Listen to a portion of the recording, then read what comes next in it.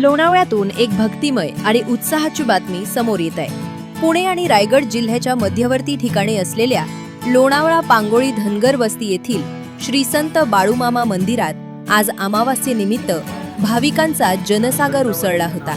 अमावास्येच्या विशेष मुहूर्तावर हजारो भाविक भक्तांनी मंदिरात हजेरी लावत संत बाळूमामांचे दर्शन घेतले। गेल्या 12 वर्षांपासून पांगोळी धनगर वस्ती येथे संत बाळूमामांचे हे भव्य मंदिर असून ते भाविकांचे एक प्रमुख श्रद्धास्थान बनले।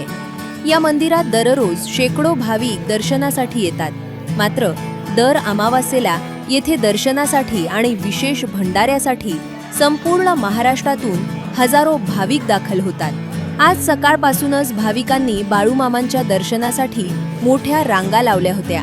बाळूमामांच्या नावानं चांग भलच्या जयघोषानं संपूर्ण परिसर दुमदुमून गेला होता। दरम्यान मंदिरात येणाऱ्या सर्व भाविकांसाठी देवस्थान ट्रस्टचे अध्यक्ष तथा माजी आदर्श सरपंच बबन खरात आणि स्थानिक ग्रामस्थांच्या वतीनं महाप्रसादाची अतिशय नेटकी आणि यथोचित सोय करण्यात आली होती।